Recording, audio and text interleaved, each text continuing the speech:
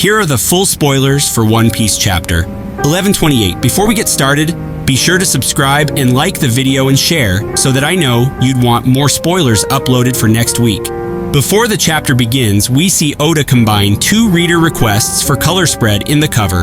Straw Hat Crew having a barbecue with a dragon atop a volcano, and Wizard Straw Hat Crew flying with a black cat.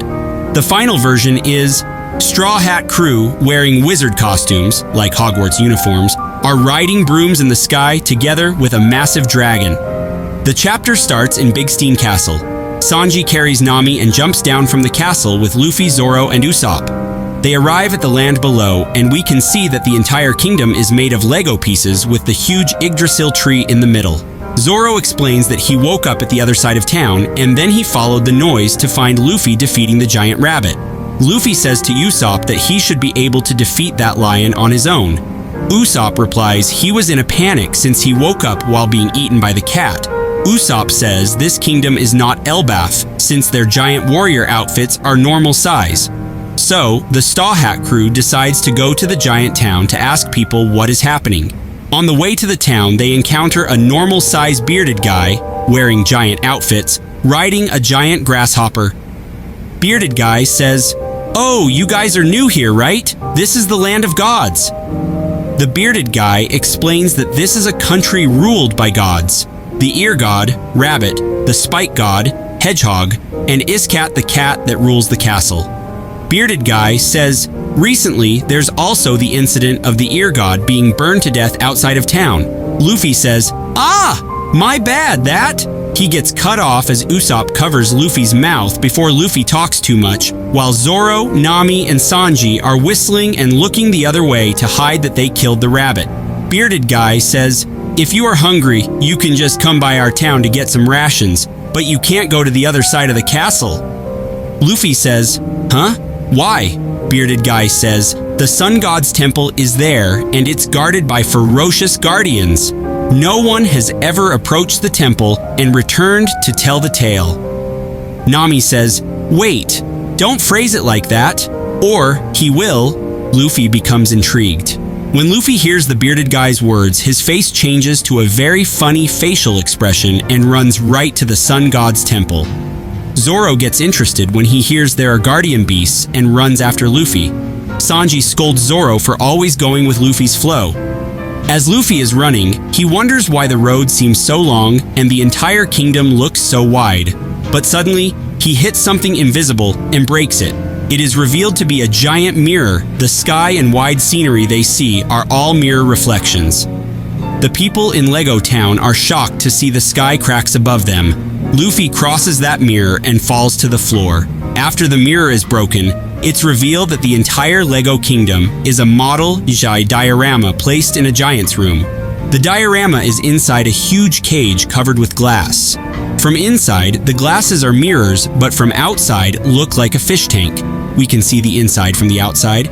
The cage takes up a large part of the room, from top to bottom of the room, and the front part of the cage has a huge grill with a door with the size for a giant. In the room, there are some furniture too, like a giant wood table. And on top of the table, there are fabrics, threads, and a giant sewing machine. We can see a lot of Lego pieces dispersed in the floor of the room where Luffy fell.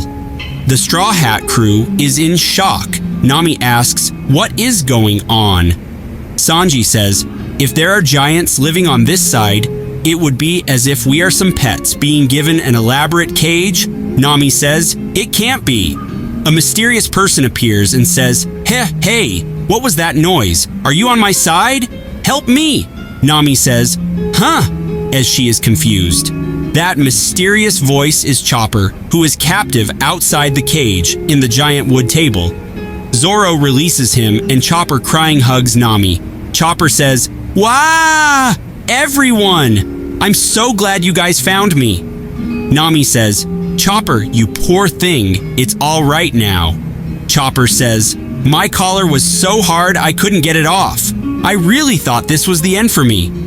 Nami says, "Now you owe me one." Chopper says, "Huh?"